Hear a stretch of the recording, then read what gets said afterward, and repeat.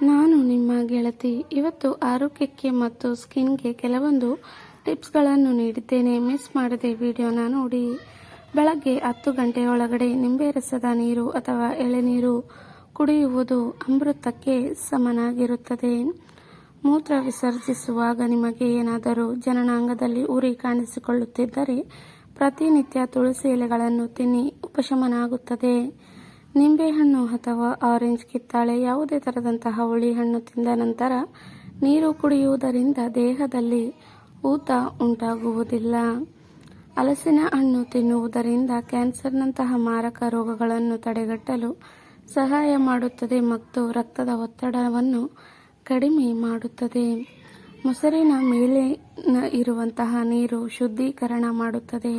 ಹಾಗಾಗಿ ಮೊಸರಿನ ಮೇಲೆ ಬರುವಂತಹ ನೀರನ್ನು ಉಪಯೋಗಿಸಿಕೊಳ್ಳಿ, ಅದರ ಲಾಭ ಪಡೆಯಿರಿ. ಮೆದುಳು ಚುರುಕಾಗಬೇಕಾದರೆ ಮುಲ್ಲಂಗಿಯನ್ನು ಯಾವುದಾದರೂ ರೂಪದಲ್ಲಿ ವಾರಕ್ಕೆ 3 ಬಾರಿ ಅಥವಾ 2 ಬಾರಿಯಾದರೂ ಸೇವಿಸಿ. ರಾತ್ರಿ ಮಲಗುವ ಮೊದಲು ಒಕ್ಕಳಿಗೆ ಕೊಬ್ಬರಿ ಎಣ್ಣೆ ಅಥವಾ ಹರಳೆಣ್ಣೆ ಹಾಕುವುದರಿಂದ ಮುಖದ ಕಾಂತಿ ಹೆಚ್ಚಾಗುತ್ತದೆ ಮತ್ತು ಕೂದಲು ದಟ್ಟವಾಗಿ ಬೆಳೆಯುತ್ತವೆ.